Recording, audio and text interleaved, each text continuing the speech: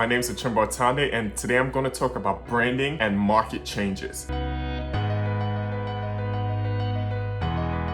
So sometimes the market changes into your value proposition, so it makes your brand better, not because you did anything different, but because the market changes into something that is beneficial for you. Now, what do I mean by something that's beneficial for you? Sometimes the market changes in a way that creates more demand for your brand, where people's tastes change. There's demand change, and there's also change facilitated by technology. So I would say both of those are demand changes, but there's demand change that's filtered by how people, their needs and their wants have changed over time. So for example, that can be environmental related, it can be moral related, it can just be what people want at a specific time frame or a specific period. And then there's other things which are influenced by people's ability to get to you. So I say those are technologically related, right? Now, a big example of how market change is affecting brands both positively and negatively is COVID-19. COVID-19 coronavirus, that has created a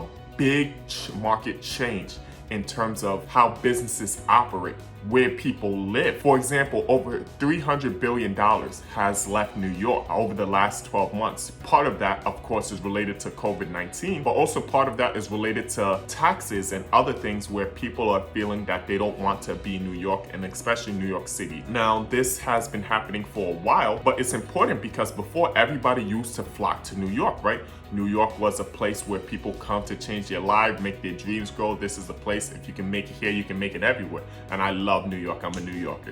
But with COVID-19, people's demand and people's interests have changed, and what people are willing to tolerate has changed. So for that, the brand and the value proposition of other neighborhoods has risen due to COVID-19. And while the brand and the value proposition for some neighborhoods has actually fallen due to COVID-19. For example, what you've seen is people are searching for homes and looking to buy homes in Westchester at an amazing scale, especially considering the times we are in right now. So you're seeing people are trying to get out. They're trying to live in a place that has more space. They're trying to live in a place where they're not as stuck around other people. They're trying to live in a place where they don't have to, where they can maybe have a car and don't have to worry about parking, where they don't have to commute by train or bus or things like that. You still have to do that somewhere in Westchester, but you can definitely drive around Westchester much easier than you can in New York City. And for another thing, people are moving to New Jersey, Pennsylvania, other states, and those states have not done anything different really. However, their value proposition has risen because people now demand it more. So that's an example of value propositions not doing anything differently, but because the market has changed, because people's demands have changed, because what people want has changed, people are now more attracted to the brand, more attracted to the value proposition, more attracted to the location based on a change in the market. So what's another example of demand changes? So for example, as people say millennials, right? They're more focused on morals, they're more focused on environmental friendliness, right? So what you've seen is the rise of brands like Patagonia, brands like Tom's in the past, brands that are more socially oriented, and there's been a demand for that in terms of products coming out. Okay, what are you doing for the world? How are you making it better? What is your mission beyond making sales? And so that's a demand focus. So if you already like that, the fact that you have that backbone, you're not changing. Some people have changed to follow the trend, but the fact that you've been doing that for that period, up to you haven't changed yourself, but the demand has changed and it's falling into things you like, right? For example, when it was buy black during the movement, during the protests, what happened was a lot of Black-owned companies and Black businesses got a lot more customers, received a lot more orders. They didn't change anything they were doing, but demand has changed. So that's something you want to notice as a brand, notice as a value proposition, because when demand changes, sometimes you're not changing what you do as a brand. What I would suggest, you increase your promotion, you increase the awareness that people have of your company, because now that they want you, you have to make sure they know that you exist so they can know how to find you, and they can know how to place an order, know how to subscribe to you.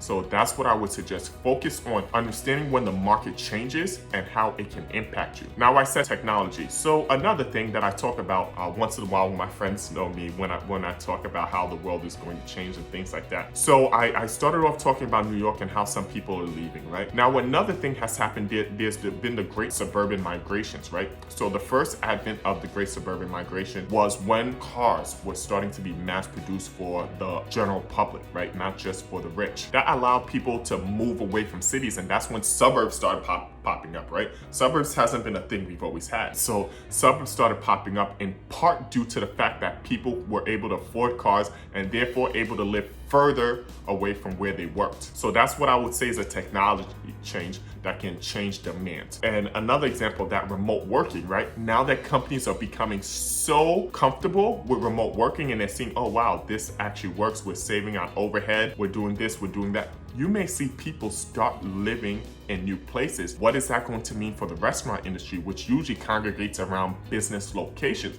If workers are not there anymore, what does that mean? So those are things you have to think about as a brand, as a marketing, if you have your business, because when these changes happen, just like the positive, they can send a lot more business to you, they can take a lot of business away from you too. So being able to understand, okay, this is what happens here, this is what's happening, and then be able to adjust your brand, your value proposition, how much you're promoting in order to make sure your business stays successful or becomes more successful.